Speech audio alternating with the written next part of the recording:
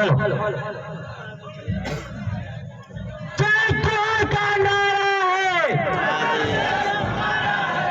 મને જ્યાં સુધી એક પન્ના દિલના ખૂણામાંથી નીકળે નહીં જોહાર ત્યાં સુધી આપણા આદિવાસીનું ખૂન ના કહેવાય। જય જોહર કા નારા હે ભારત દેશ હમારા હે, જય જોહર કા નારા હે ભારત દેશ હમારા હે। આદિવાસી યુવા સમિતિ એ એક સંગઠન તો છે, પણ દરેકનો એક પારિવારિક સંબંધ રહેલો છે। દરેક મિત્રો બધાના પરિવારના જેમ આદિવાસી યુવા સમિતિની અંદર રહ્યા છે।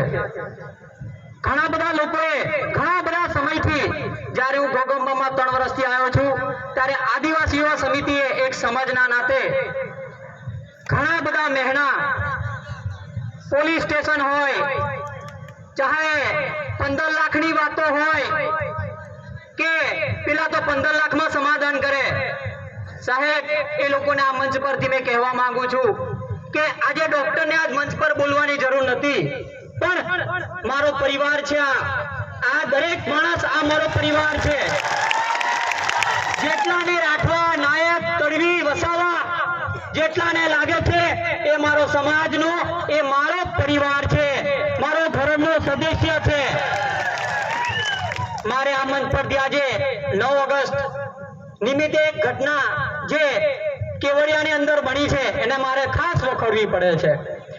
કાલે આદિવાસીને ચોરના નામે મારી રાખવામાં આવ્યા છે, તારે મારા મંચ પરથી કહેવું પડે છે કે જે તૈતર વસાવા છે એ મહારાજે આજે 9 ઓગસ્ટ કેન્સલ કરી છે।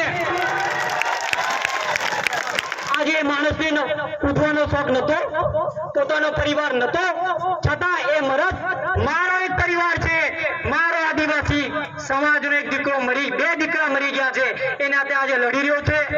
સાહેબ આદિવાસીને ન્યાય માટે લડવા જાય છે ત્યારે એમને એવું કહેવામાં આવે છે કે તમે દારૂડિયા છો, તમે ચોર છો।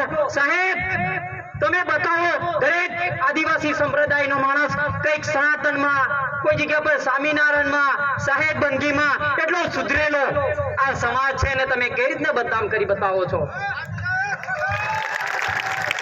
સાહેબ આદિવાસી યુવા સમિતિની અંદર કોઈ સંપ્રદાય ને વિરોધી ભાષા કહેવામાં નથી આવતી, છતાં ઘણા બધા એવું કીધું છે કે તો નાત જાત વગરના છે। સાહેબ જમોરિયો છું, ઘણા ડામરિયા હશે, ઘણા કનાશિયા હશે, પોતપોતાની નાતો આપેલી છે કુદરતે આપણને।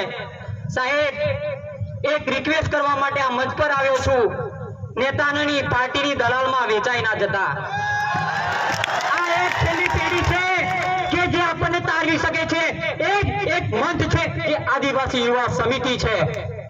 સાહેબ કોઈ એને પગાર નથી હાલતું, નથી એને કોઈ પેટ્રોલ હાલતું, નથી કોઈ એને ઘર ચલાવવા માટેનું કોઈ ગુજરાતના ભથ્થું નથી આપતું, છતાં મારા દરેક આદિવાસી યુવા સમિતિના કાર્યકર્તાઓને એ મારો પરિવારનો એક સદસ્ય છે એ માનીને સૌને ધન્યવાદ કહેવા માંગુ છું। સાહેબ મારે આ મંચ પરથી મારે કોઈના વખામણા નથી કરવા, પણ એક મરદનો દીકરો પાછો છે આદિવાસી યુવા સમિતિની અંદર, જે વિજય રાઠવા પાલ્લાનો છે। સાહેબ વિનંતી એટલી જ કરવા આવ્યો છું કે સાહેબ એને નહીં કોઈના પૈસા લીધા નથી, કોઈના ઘરનો રોટલો ખાધો, કોઈના ઘરનો રોટલો ખાધો બતાવો, ખાધો છે વિજય રાઠવા કોઈના ઘરનો રોટલો? કેમ જરૂર પડી આજે એને આદિવાસી યુવા સમિતિને સંગઠને આગળ લઈ જવા માટે? કેમ છે કોઈ જવાબ એની પાસે? પેલા નેતાઓને પૂછી જોજો।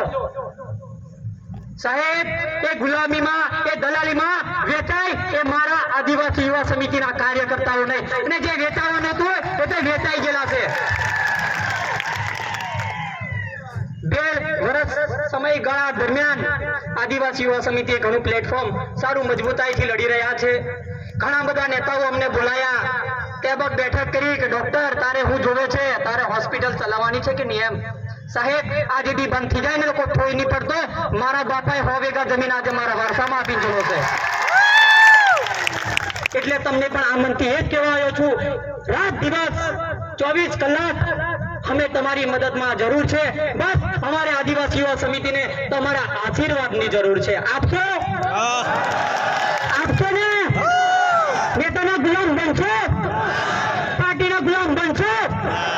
બસ મહેરબાની ચાહું છું, મારાથી કઈ વધારે બોલાય હોય આપ સમક્ષ મારો સમાજ છે, આજ મારો જ પરિવાર છે, આ મારા જ બાબા છે, આ મારા છોકરાઓ છે, આ મારા જ ભાઈઓ છે, આ મારી જ કાકીઓ ને મારી મોટીઓ છે. સાહેબ મારે બીજાને કોઈની જરૂર નથી.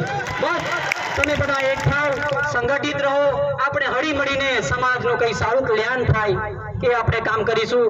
આપણા વક્તાઓ ઘણા બધા છે, હું અહીંયાથી આપને જય ઘોષ કરીને પછી હું મારી વાણીને વિરામ આપીશ. જો જય જોહાર નહીં બોલ્યા અને પેલોને નહીં સંભળાયું તો આદિવાસી યુવા સમિતિ સંગઠન કાલથી બંધ કરી દેશું.